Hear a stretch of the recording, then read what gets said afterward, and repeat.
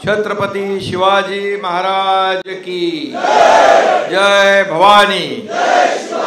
धर्मवीर संभाजी महाराज की जय भवानी। आजच्या शिवसैनिकांच्या आणि पदाधिकाऱ्यांच्या मेळाव्याला उपस्थित माझ्या लाडक्या बहिणी, लाडके भाऊ, या सगळ्यांचं मनापासून मी स्वागत करतो।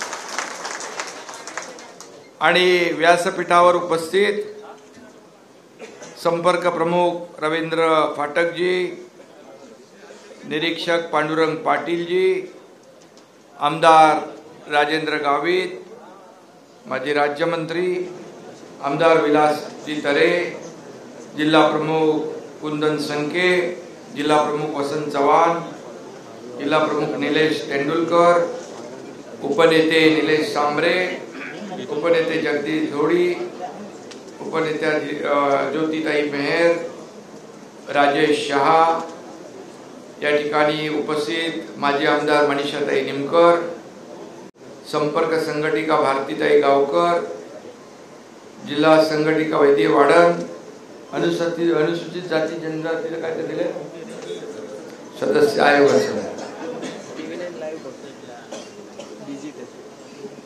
वैष्णवी राणे,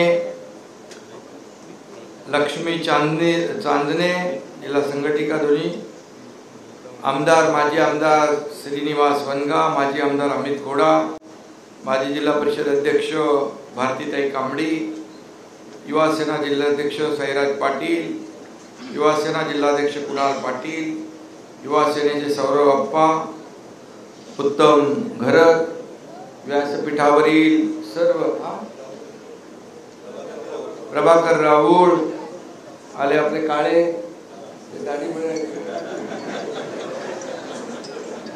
सर्व मान्यवर। बघा, मी जेवढी नावं आहेत ती सगळी वाचलेली आहेत। आता ज्यांनी नावं दिली बाकी राहिले असेल त्यांची चूक आहे।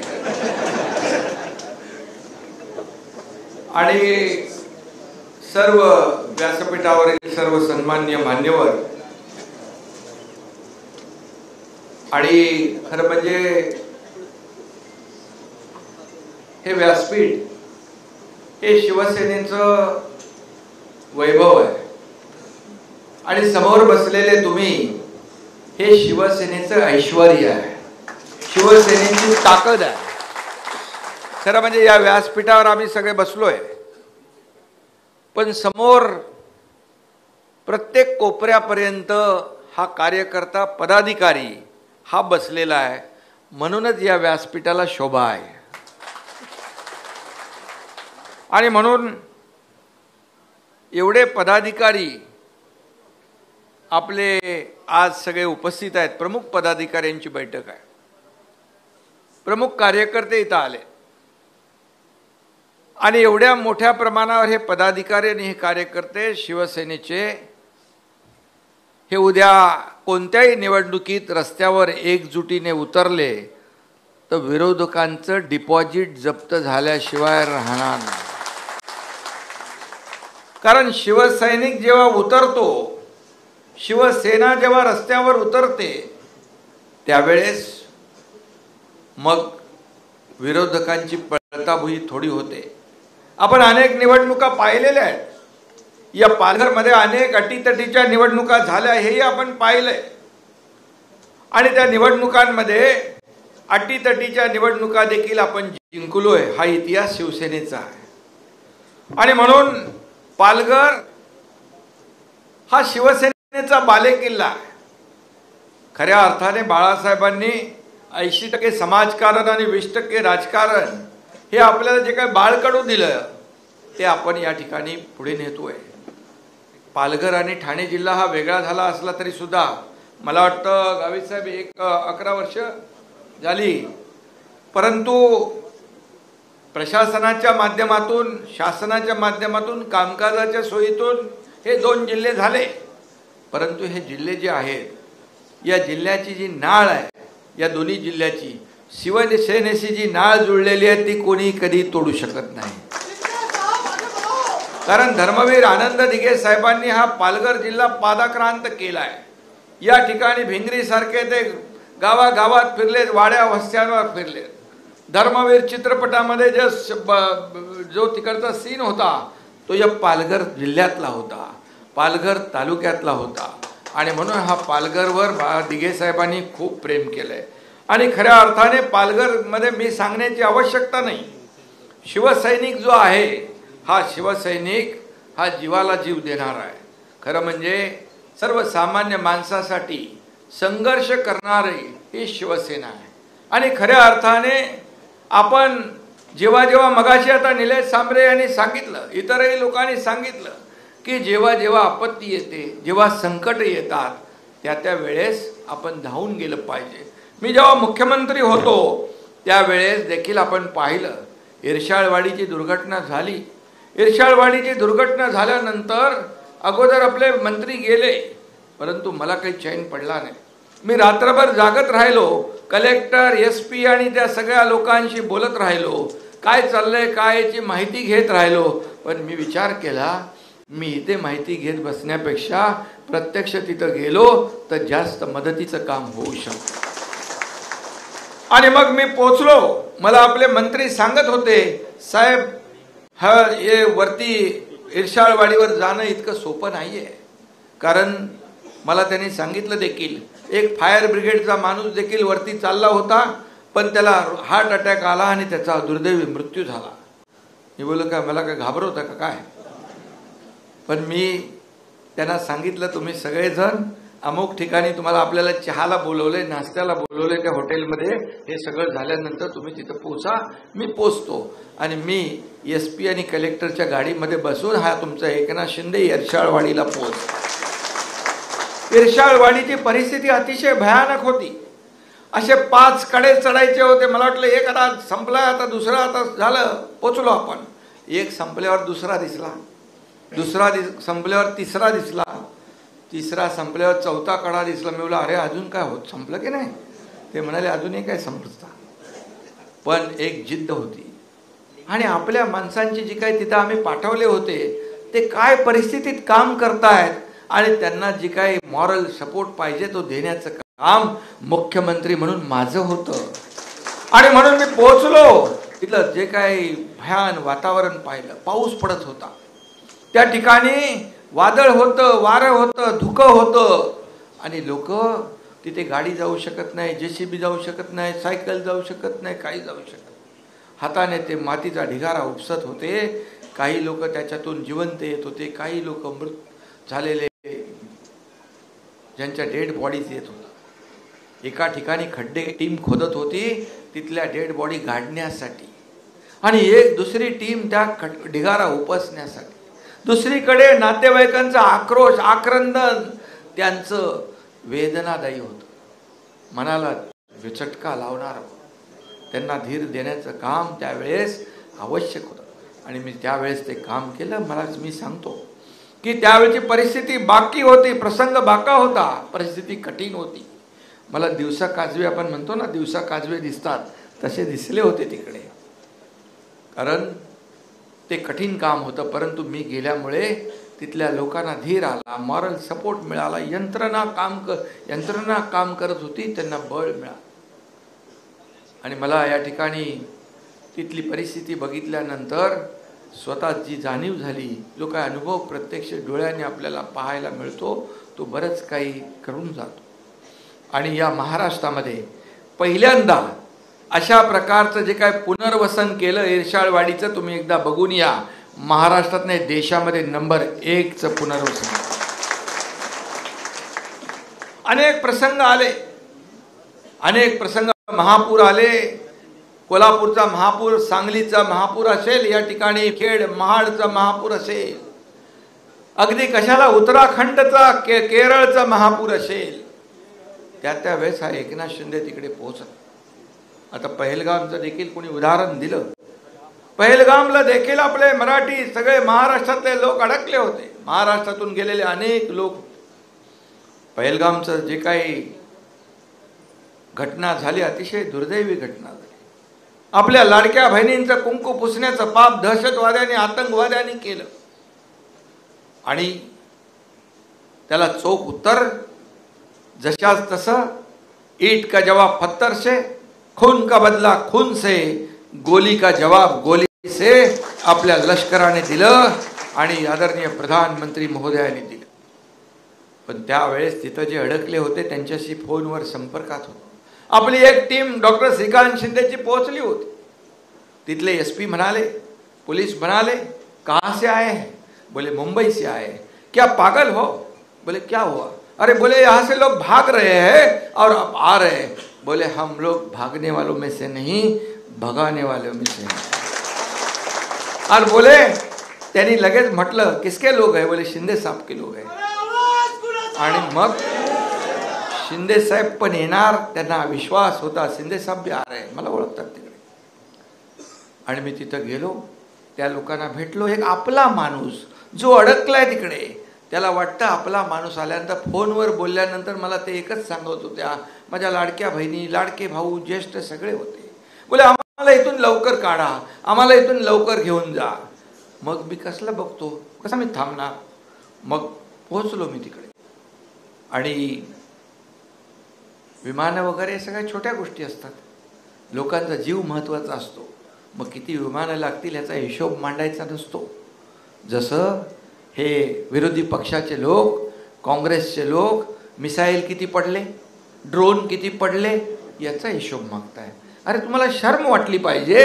सैनिक किती त्यामध्ये शहीद झाले, मुंबई बॉम्बस्फोटमध्ये किती शहीद झाले याचा हिशोब मागितला पाहिजे होता. पण दुर्दैवाने त्यांनी आपल्या भारतीय लष्करावर शंका उत्पन्न करण्याचं पाप केलं. देशाचे प्रधानमंत्री नरेंद्र मोदीजी यांनी घेतलेला जो निर्णय आहे त्याच्यावर शंका उत्पन्न करण्याचं पाप केलं. परंतु आपण त्या ठिकाणी पोहोचून मला आठवतंय, एका आर्मी हॉस्पिटलमध्ये मी गेलो. त्या ठिकाणी एक माणूस आपला पनवेलमधला जखमी झाला होता. त्याच्या मानेच्या इथून गोळी गेली होती आणि तो वाचला. त्याला मी भेटायला गेलो आणि तो मला जातात म्हणाला, जय सद्गुरू. आणि तो आपल्या बैठकीतला होता. बोला तुला सद्गुरूंनीच वाचवलेला आहे. आणि एक माणूस त्या गोळीबारातून वाचव. आणि आता मला सांगायला अभिमान वाटतो की आपल्याकडे जे चंद्रहार पाटील, सांगलीचे पेलवान, त्यांनी प्रवेश केला, ते आता 9 आणि 10 तारखेला आपल्या भारतीय लष्करासाठी 1000 पैलवानांचं रक्तदान काश्मीरमध्ये जाऊन करणार. ही देशभक्ती आहे, ही राष्ट्रभक्ती आहे, शिवसैनिकांच्या नसानसात भरलेली आहे. बाळासाहेब सांगायचे, जो देशभक्त आहे तो कुठल्याही जातीपातीचा असू द्या, तो आपला आहे. जो देशद्रोही आहे तो कुठल्याही जातीपातीचा असू द्या, तो आपला दुश्मन आहे. आणि तोच मंत्र पुढे घेऊन चाललोय. आणि म्हणून या ठिकाणी जेव्हा संकट येतं, तेव्हा संकटामध्ये आपत्ती येते, तेव्हा धावून येणारा मदतीचा हात हा पहिला शिवसैनिकाचा असतो. त्याला सांगावं लागत नाही, त्याला आदेश द्यावा लागत नाही, त्याच्या मनामध्ये उपजतच आहे. पण आता काही लोक, आज आपण वाचतोय 2-3 दिवसापासून, मालेगाव ब्लास्टमध्ये भगवा दहशतवाद, भगवा दहशतवाद, भगवा आतंकवाद, त्यावेळे बदनाम करण्याचं काम तत्कालीन सरकार, UPA सरकार, काँग्रेस सरकारने केलं. त्यावेळी 2008 मध्ये किंवा त्याच्यापूर्वी बॉम्बस्फोटची मालिका सुरू होती मुंबई, महाराष्ट्र देशामध्ये. तेव्हा तत्कालीन गृहमंत्री, मंत्री म्हणाले होते, सरकार म्हणालं होतं, राज्यकर्ते म्हणाले होते, आतंकवाद आणि दहशतवादाचा कुठला रंग नसतो, धर्म नसतो. का? मग मालेगावचा जेव्हा ब्लास्ट झाला तेव्हा लगेच म्हणाले, हा भगवा दहशतवाद आहे, हा भगवा आतंकवाद आहे. आणि त्यांना सनसनीत चपराक कोर्टाने मारली आणि यांना सर्व लोकांना निर्दोष सोडलं. आणि तिथं निर्दोष सोडल्यानंतर लोक जी साध्वी प्रज्ञा सिंग म्हणाल्या, एक रिटायर पोलीस ऑफिसर म्हणाला की यामध्ये हा भगवा दहशतवाद, भगवा आतंकवाद यावर शिक्कामोर्तब करण्यासाठी सरसंघचालक मोहन भागवत साहेबांचं नाव घ्या. टॉर्चर केलं गेलं. त्यानंतर प्रज्ञा सिंग म्हणाल्या की या देशाचे प्रधानमंत्री तेव्हा ते गुजरातमध्ये मुख्यमंत्री होते, मोदीजींचं नाव घ्या. म्हणजे हा भगवा आणि दहशतवाद आतंकवाद हा हिंदूंच्या मोठ्या लीडरने केलाय हे त्यांना दाखवायचं होतं. म्हणजे मताच्या राजकारणासाठी किती तुम्ही खाली पडू शकता हे तुम्ही दाखवलंय. आणि म्हणून मी जाहीरपणे म्हणालो तुम्हाला तमाम या भगव्याची आणि हिंदुत्वाची माफी मागितली पाहिजे, जाहीर माफी मागितली पाहिजे.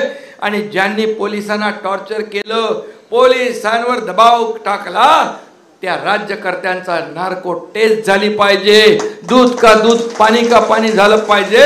आणि ज्यांनी हे भयंकर कुकर्म करण्याचं काम या ठिकाणी ज्यांना गोवण्याचा प्रयत्न केला त्यांना जेल दाखवलं पाहिजे. आणि दूध का दूध पाणी का पाणी झालं पाहिजे. या त्यांचे खरे चेहरे या लोकांच्या जनतेसमोर देशासमोर आले पाहिजे. ही देशभक्ती आहे. आणि म्हणून बाळासाहेब म्हणायचे महाराष्ट्रामध्ये मराठी, हिंदुस्थानमध्ये हिंदू ही आपली व्यापक भूमिका आहे. म्हणून आज मी आपल्याला एवढंच सांगेन की आपल्याला प्रत्येक जण शिवसैनिक एवढे लोक आज तुम्ही प्रत्येक जण ठाण्या वाघ आहात. आणि विरोधकांना चारी मुंड्या चित लोळवण्या एवढी ताकद तुमच्या मनगटात आहे, तुमच्यात ती ताकद आहे. आणि वाघाचं कातड पांघरलेले लांडगे कधी वाघ होऊ शकत नाही. वाघ तुम्ही आहात. आणि म्हणून तुमची ताकद ही एकजूट जी आहे, आपण मूठ आवळल्यानंतर जेव्हा आपण एखाद्याला त्याची ताकद दाखवतो तेव्हा समोरच्याला कळते एकजुटीमध्ये किती ताकद आहे. आणि म्हणून एवढंच मी सांगेन की अनेक आपण निवडणुका केल्या, 3 वर्ष आपण पाहिलं. 3 वर्षामध्ये आपण निवडणुका पाहिल्या, लोकसभा पाहिल्या, विधानसभा पाहिल्या आणि त्याचे निकालही पाहिले. 2.5 वर्षाच्या मुख्यमंत्री पदामध्ये मला अनेक कामं करण्याची संधी मिळाली.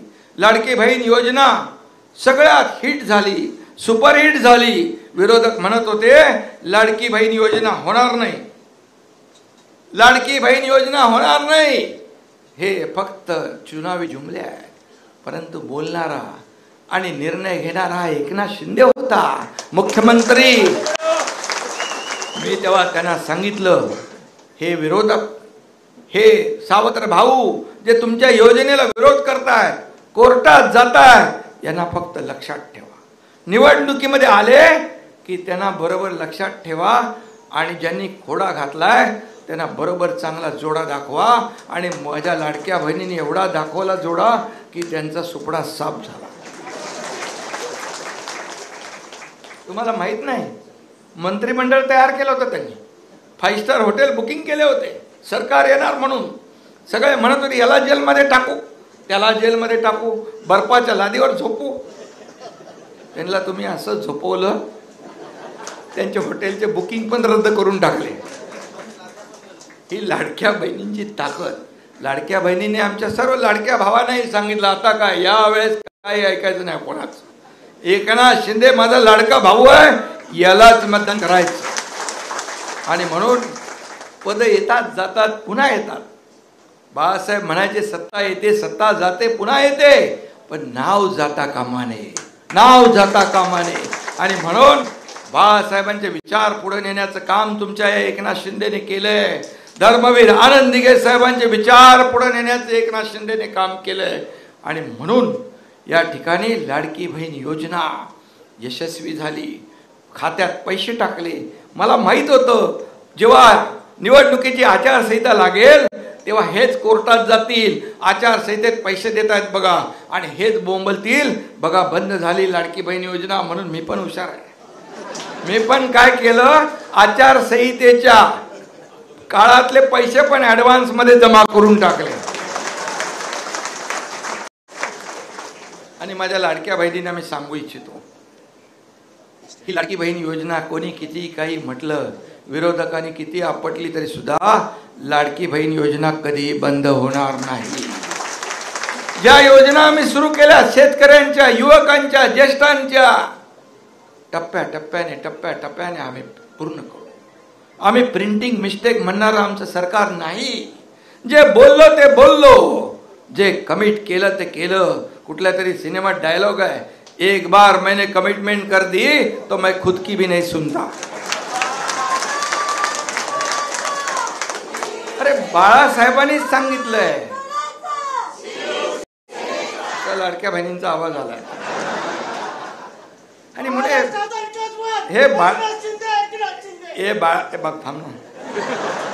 हे बाळासाहेबांचं सांगणं होतं, शब्द देताना एकदा नाही 10 वेळा नाही 100 वेळा विचार करा. आणि त्यांचाच चेला आनंद दिघे साहेबांच्या मुशीत तयार झालेल्या बाळासाहेबांच्या भाषणामध्ये त्यांनी उल्लेख केलाय. याचा मला गर्व आहे. या तुमच्या एकनाथ शिंदेच्या कामाचा उल्लेख बाळासाहेबांनी त्यांच्या भाषणामध्ये केला. याचा मला अभिमान आहे. आणि म्हणून किती संकट आली, किती काही झालं तरी 2.5 वर्ष मागचे आता पुढची इनिंग आमची सुरू झाली. देवेंद्रजी, अजितदादा, आम्ही टीम म्हणून काम करतोय. मागे पण टीम म्हणून काम केलं. कोण मोठा छोटा आम्ही पाहिलं नाही. आमचा खुर्चीचा अजेंडा नाही. खुर्चीसाठी आम्ही लढणारे नाही. खुर्चीसाठी कोण लढलं, कोण भांडलं आणि कोणी खुर्ची मिळवली चुकीच्या पद्धतीने तुम्हाला माहित आहे. आणि म्हणून खुर्चीसाठी लढाई आमची नाही. ज्या लोकांनी खुर्चीवर बसवलंय ना, त्या लोकांचे प्रश्न काय आहेत, त्यांच्या समस्या काय आहेत, हे जाणून ते सोडवण्याचं काम आम्हाला करायचं. हा अजेंडा आहे आपला. सोन्याचा चमचा घेऊन जन्म झाला नसला तरी सुद्धा, मी म्हणालो सोन्याचा चमचा घेऊन जन्म आला आमचा नाही, तर विधान परिषदेमध्ये लगेच ताबडतोब त्यांना एवढ्या मिरच्या झोंबल्या. मी तर त्यांचं काही नाव घेतलंच नव्हतं. सोन्याचा चमचा घेऊन जन्म झाला नसला तरी सुद्धा या महाराष्ट्रातल्या तमाम जनतेच्या जीवनामध्ये सोन्याचे दिवस आणण्याचा प्रयत्न मात्र आम्ही करणार. आणि 2.5 वर्षात एवढे निर्णय घेतले. विकास प्रकल्प तुम्ही बंद केले होते, स्टे दिलं होतं. तुमचे स्थगिती सरकार होतं. आमचं प्रगती सरकार आहे, आमचं विकासाचं सरकार आहे. सगळे स्टे हटवून टाकले, सगळे स्पीड ब्रेकर हटवून टाकले. तुम्हाला माहित आहे, सण उत्सव पण बंद होते त्यावेळेस. दुकानं बंद होती. दुकानं खोला म्हणून व्यापारी आंदोलन करत होते. मंदिरं खोला म्हणून मंदिर पुजारी आंदोलन करत होते. सण उत्सव सुरू करा म्हणून, आपली परंपरा संस्कृती पुढे न्या म्हणून आंदोलन होत होते. हा एकनाथ शिंदे मुख्यमंत्री झाल्यानंतर सगळ्या बंद्या हटवून टाकल्या. सगळे सण उत्सव सुरू झाले. सगळं सुरू झालं. सगळे नियम बियम संस्कृती परंपरा सुरू झाल्या. मंदिरं उघडली, दुकानं उघडली, व्यापार उदीम वाढला.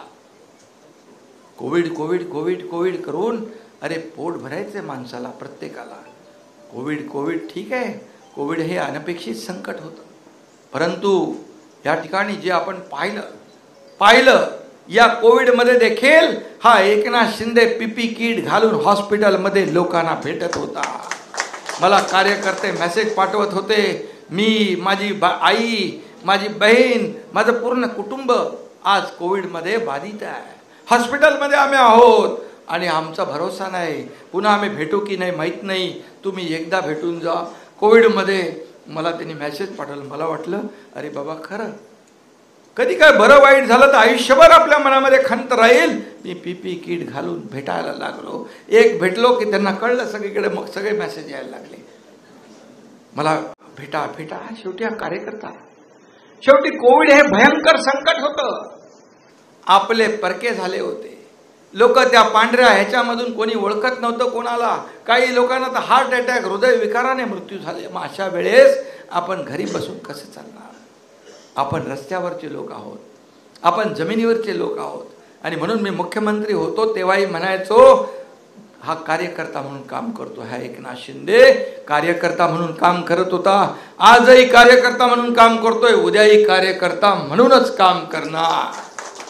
मग मला म्हणायला लागेल सीएम म्हणजे चीफ मिनिस्टर. मला कसले चीफ मिनिस्टर? अरे सीएम म्हणजे कॉमन मॅन, ज्याच्यामुळे आपण बसलो.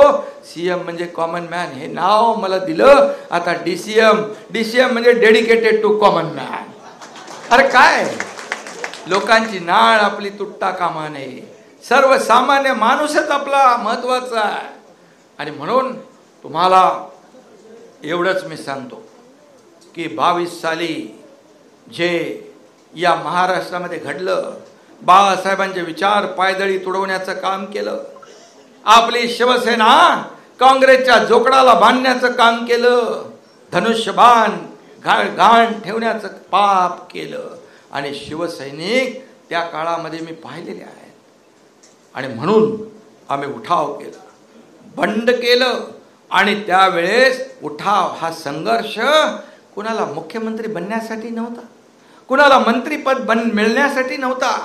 आम्हाला म्हणतात तुम्ही आमचं ताट ओढलं, ताट खेचलं, ताटात माती काढली. अरे 2019 साली या महाराष्ट्रातल्या जनतेने महायुतीचं ताट बनवलं होतं, महायुतीचं ताट भरलं होतं. तुम्ही त्या ताटात माती कालवली, ताट खेचलं, काँग्रेस घेतलं, अनेक लोक घेतले जे बाळासाहेबांना नको होते. आणि आम्ही जेव्हा गेलो तेव्हा तुमचं मंत्रीपद सोडून गेलो, मंत्रीपदावर पाणी सोडून गेलो, मग सरकारमधून पाय उतार होऊन गेलो. 7-8 मंत्री सोडतं का कोण? मंत्रीपद सोडतं? साधं सरपंच पद सोडायला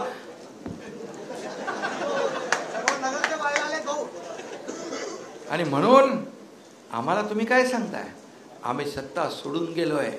50 लोक या एकनाथ शिंदेच्या मागे. ही महाराष्ट्र नाही, देशातली नाही, जगातली पहिली घटना आहे, एकमेव घटना आहे. हा इतिहास आहे, हा विश्वास आहे, हा शब्द आहे, ही कमिटमेंट आहे. आणि म्हणून आज 2.5 वर्षात जे काम केलं आपल्या समोर आहे. आणि म्हणूनच या सर्व कामाच्या जोरावर आतापर्यंतच्या इतिहासामध्ये महायुतीला कधी 232 जागा मिळाल्या नव्हत्या. या कामाची पोचपावती, लँडस्लाइड विक्टरी लोकांनी दिली. सगळ्यांच्या अपेक्षा भंग ठरल्या, सगळ्यांचे अंदाज फोल ठरले आणि या महाराष्ट्रामध्ये इतिहास घडला. मला त्यावेळेस म्हणाले एकही आमदार निवडून येऊ देणार नाही. मी म्हणालो होतो देवेंद्रजी आणि आम्ही दोघं मिळून 200 पार गेल्याशिवाय राहणार नाही. आणि नाही आले तर एकनाथ शिंदे गावाला जाईल शेती करायला. कारण मी आणि 200 पार 232 आले आणि तुमचे आले किती? 20. एकनाथ शिंदे 80 लढून 60 जिंकला, तुम्ही 100 लढून 20 जिंकले. लोकांच्या न्यायालयाने तुम्हाला शिक्कामोर्तब केलंय. शिवसेना खरी कुणाची? शिवसेना बाळासाहेबांच्या विचाराची कुठली? आज एवढं सगळं होतं, हिंदू दहशतवाद, आतंकवाद, भगवा जे म्हणतात, हिंदुत्व आम्ही सोडलं नाही. एक तरी बिळ काढलाय का? सोयीचं हिंदुत्व स्वीकारणारे तुम्हाला जनता पक्की लक्षात ठेवल्या. आणि प्रत्येक निवडणुकीमध्ये या ठिकाणी तुम्हाला जागा दाखवल्याशिवाय राहणार नाही. कारण तुम्ही सोयीचं घेताय, तडजोड करताय. बाळासाहेबांनी कधी सत्तेची तडजोड केली नाही. हा एकनाथ शिंदे सत्तेची कधी तडजोड करणार नाही. सत्ता असू द्या नसू द्या, हा एकनाथ शिंदे या महाराष्ट्रातल्या तमाम जनतेसाठी आयुष्यभर काम करीत राहील जोपर्यंत माझ्या शरीरात रक्ताचा शेवटचा थेंब आहे तोपर्यंत. आणि म्हणून आमच्यावर रोखणाऱ्यांनी पहिलं स्वतःच्या गिरेबांमध्ये झाकून बघायला पाहिजे. समोर बोट असतं त्यावेळेस 3 बोटं आपल्याकडे असतात. आणि म्हणून मी सांगतो, आरोप तुम्ही करा, शिव्या शाप द्या एकनाथ शिंदेला. एकनाथ शिंदेचं नाव घेतल्याशिवाय त्यांना झोप लागत नाही. बसता उठता स्वप्नात देखील एकनाथ शिंदे दिसतो. कारण त्यांनी मला एवढं हलक्यात घेतलं. एवढा मी हलका माणूस नाही आहे. आणि म्हणून तुम्ही हलक्यात मला घेतलं आणि तुमचा तख्ता पलट या एकनाथ शिंदेने केला. आणि म्हणून मी एवढंच सांगतो, आणि या जनतेने महाराष्ट्रातल्या स्वीकारलं. पण या महाराष्ट्रातल्या तमाम जनतेने स्वीकारलं. लाखो लोक येत आहेत, हजारो लोक शिवसेनेमध्ये येतात. आता येताना पण मी एक मुंबईचा नगरसेवक रामदास कांबळे आणि त्याचे शेकडो सहकारी उबाटाचे प्रवेश घेऊनच इथं आलोय. प्रवेश घेऊन आलो. इथं पण मला वाटतं प्रवेश आहे. आणि त्यामुळे गळती थांबवण्यासाठी कुठं कुठं ठिगळ लावणार. तिथं आभाळाला फाटलंय. विचार, तुम्ही विचार. गेला तो, मग त्याला दूषणं द्यायची, कचरा, गद्दार, अमक तमक. अरे एक माणूस बरोबर लाखो लोक चुकीचे असं होऊ शकतात. जगामध्ये हा असा नेता, असं नेतृत्व, असा पक्ष मी पाहिला जगाच्या पाठीवर कधी पाहिला नाही. जे जात आहेत त्याच्यामध्ये आनंद व्यक्त करतायत. जावा जावा जावा जावा. मी उदाहरण दिलं होतं, रोम जळत होता आणि आपला तो कोण फिडल वाजवत होता, निरोप फिडल वाजवत होता. रोम जळत होता आणि निरोप फिडल वाजवत होता. असं काय असतं का? अरे कार्यकर्ते घडवायला खूप वेळ लागतो, गमवायला वेळ लागत नाही. आणि म्हणून माझ्या सर्व पदाधिकाऱ्यांना मी एकच सांगतो, तुमची जी निवडणूक आहे, लोकसभा, विधानसभा, आपल्या नेत्यांची निवडणुका झाल्या. आता निवडणुका कार्यकर्त्यांच्या आहेत. जिल्हा परिषद निवडणूक असेल, नगरपालिका, नगरपंचायत, महापालिका, ही कार्यकर्त्यांच्या निवडणुका आहेत. जसं या कार्यकर्त्यांनी तुम्हाला निवडून दिलं तसं तुम्हाला सगळ्यांना यांना निवडून द्यायचं, यांच्या पाठीशी उभं राहायचं. कारण हेच तर आपलं फाउंडेशन आहे. कार्यकर्ता, शिवसैनिक हाच आपला पाया आहे. आणि तो आपल्यासाठी मरमर काम करतो. जेव्हा एकदा शिवसैनिकाने ठरवलं आता मला याला निवडून आणायचंय, मग त्याला कोणीही परावृत्त करू शकत नाही.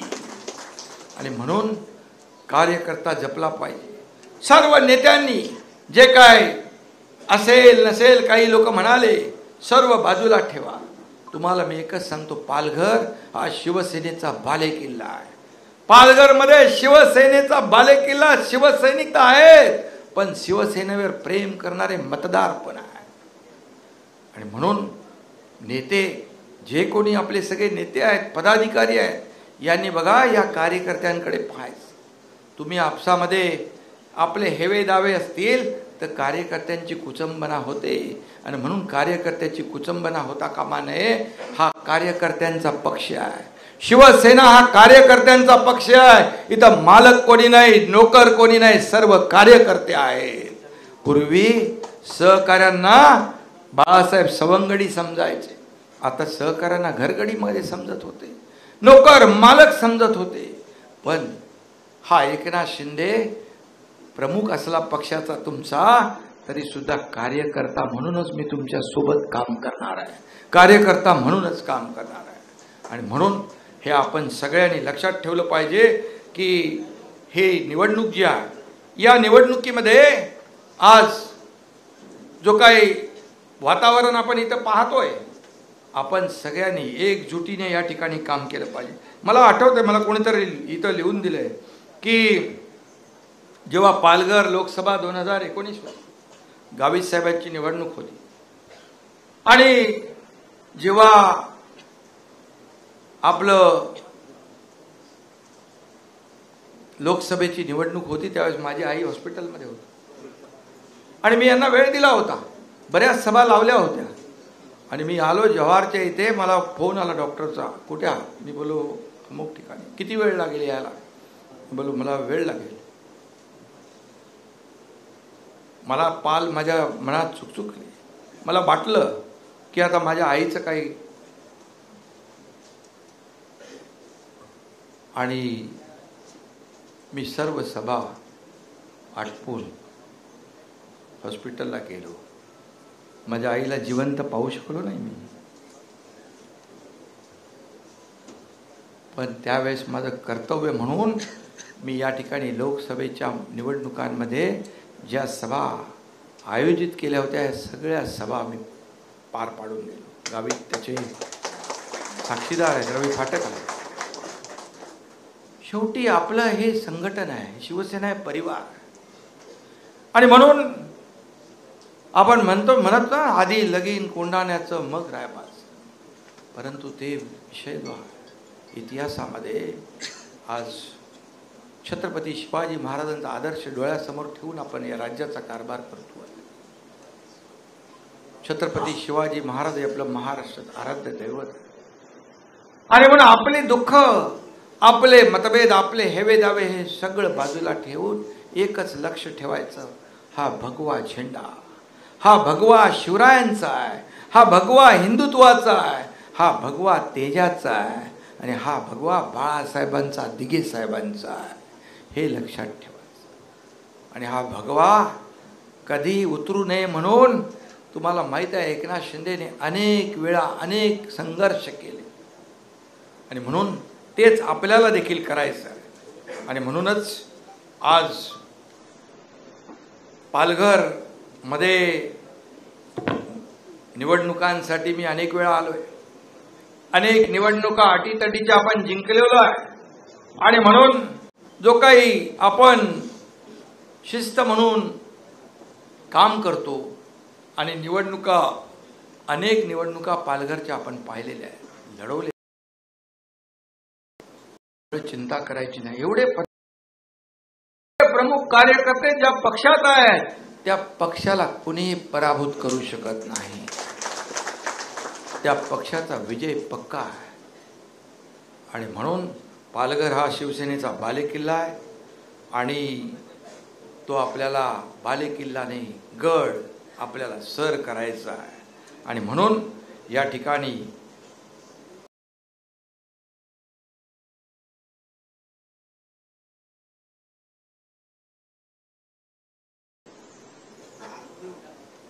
ते पण त्यांचं पण नाही, हां सरनाईक आहे. गड सर करायला सरनाईक पण येतील, आणखी पण लोक येतील.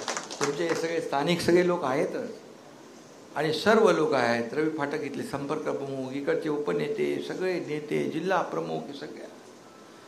आणि या निवडणुकांमध्ये पालघरच्या मला तुमच्याकडून एकच शब्द पाहिजे की ज्या ज्या निवडणुका येतील, आता आपण लोकसभा लढलो, जिंकलो, देश जिंकला, महाराष्ट्र जिंकला, आता आपल्याला स्थानिक स्वराज्य संस्था जिंकायच्या आहेत. आणि म्हणून महायुतीचा भगवा फडकला विधान भवनावर, महायुतीचा भगवा या पालघरवर फडकला पाहिजे. यासाठी आपण काम केलं पाहिजे. बाकी चिंता करू नका. जे काय निर्णय घ्यायचे ते आम्ही घेऊ, परंतु आत्तापासून तुम्ही घराघरात, मगाशी कोणीतरी सांगितलं, प्रत्येक कार्यक्रमात, गणपतीमध्ये, याच्यात त्याच्यात लोकांना भेटलं पाहिजे, लोकांपर्यंत गेलं पाहिजे. तुम्ही जेवढं लोकांना भेटाल, जेवढं लोकांमध्ये जाल, तेवढा शिवसेना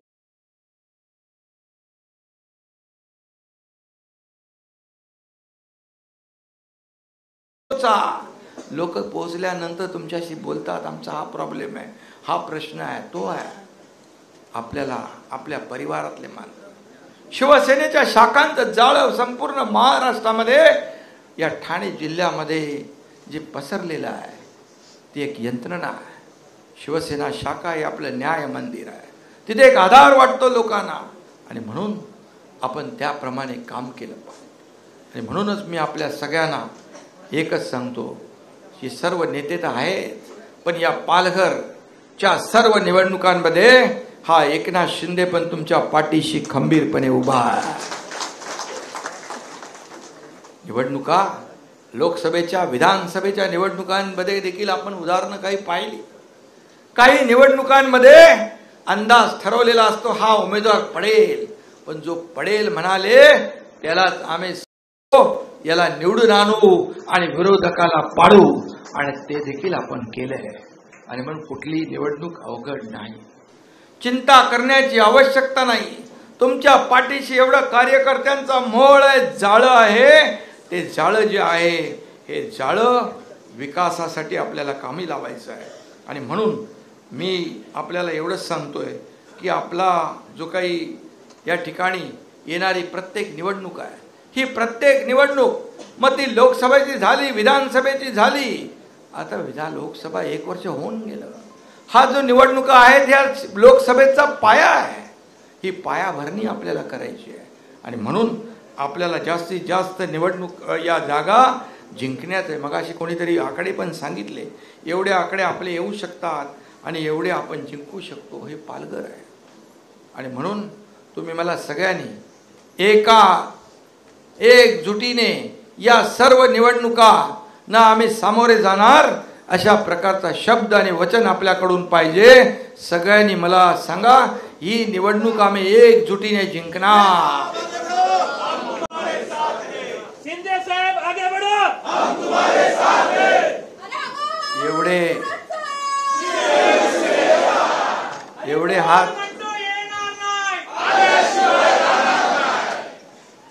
एवढे हात वरती आले, ते एक एकच केलाय, दोन दोन केले असते तर किती झाले। आणि म्हणून आपण या निवडणुका जिंकणार आहोत। कामाच्या बलबुत्यावर कामाची पोचपावती लोकांनी दिली आहे, या निवडणुकीमध्ये देखील देतील। आणि म्हणून कार्यकर्ता बनून आपल्याला काम करायचं आहे। मी कोणीतरी आहे, मी कोई मंत्री आहे, उपमुख्यमंत्री आहे, मी मुख्यमंत्री होतो, मी मुख्यमंत्री आहे, खासदार आहे, आमदार आहे, मी पदाधिकारी आहे, असं डोक्यातून काढा। मी एक सर्वसामान्य कार्यकर्ता आहे असं समजून लोकांमध्ये जा। तुमचा कधी इगो आडवा येणार नाही। तुम्हाला कधी असं वाटणार नाही की कार्यकर्ता जेव्हा बनतो, मी उदाहरण सांगतो, मी मुख्यमंत्री असताना मला फोन यायचे आणि मी फोन घ्यायचो, अमुक अमुक ठिकाणी पाणी नाहीये, माझी एखादी बहीण फोन करायची पाणी नाहीये, एखाद्या ठिकाणून फोन यायचा शौचालयाचे दरवाजे तुटलेले आहेत। मुख्यमंत्री असताना मी काय करायचो, मी त्याला बाकी कोण असतं तर सांगितलं कोणाचं काम आहे, नगरसेवक जा त्याला सांग, पण मी सांगितलं नाही, बरं ठीक आहे, मी त्याचा नंबर तर माझ्याकडे आलेला असतो, मी तिथल्या आमदाराला तिथल्या नगरसेवकाला सांगून त्याचं काम पूर्ण करण्याचं काम त्या ठिकाणी त्याला आदेश द्यायचो, त्याला सांगायचो हे तक्रार पुन्हा माझ्याकडे येता कामा नये, असं आपल्याला काम करायचं। आणि म्हणून आपल्याला मोठं कोण बनवतं, आपल्याला पद कोण देतं, ही सर्वसामान्य जनता। आणि म्हणून ही महाराष्ट्रातली जनता आपली आहे, आपण सेवक आहोत आणि म्हणून सेवक म्हणून आपण काम करायचं आहे, एवढंच आपल्याला सांगतो। आणि पुन्हा एकदा मी आपल्याला सगळ्यांना शुभेच्छा देतो। मला विश्वास आहे की येणारी प्रत्येक निवडणूक ही तुमची जी काय ताकद आहे, ही तुमची जी काय एकजूट आहे, या सर्व निवडणुका मध्ये भगवा फडकल्याशिवाय राहणार नाही, अशा प्रकारचा विश्वास मी व्यक्त करतो। आणि पुन्हा एकदा बरं, ते वाढवण वगैरेचं काय नाही ना, तिथे देखील मला कोणीतरी सांगितलं, स्थानिक लोकांना त्या ठिकाणी नोकऱ्या मिळाल्या पाहिजे, रोजगार मिळाला पाहिजे, कामधंदे मिळाले पाहिजे, कारण हा देखील गेम चेंजर प्रकल्प आहे, मोठा प्रकल्प आहे, फक्त पालघरचा नाही, महाराष्ट्र देशात। आणि म्हणून जिथं जिथं आपल्याला जे जे काय आवश्यक आहे, तिथं तिथं हा एकनाथ शिंदे तुमच्या पाठीशी उभा राहील, ही खात्री देतो, ग्वाही देतो। पुन्हा एकदा सगळ्यांना मी सांगतो, भगवा फडकवण्याचा आजपासून आपण संकल्प करूया आणि गावागावात तालुक्यात प्रत्येकाला भेटी गाठी मेळावे सुरू करूया। धन्यवाद। जय हिंद, जय महाराष्ट्र। सर्वांना विनंती आहे की आपण खालीच बसायचं आहे। मान्यवरांना विनंती आहे आपण आसनस्थ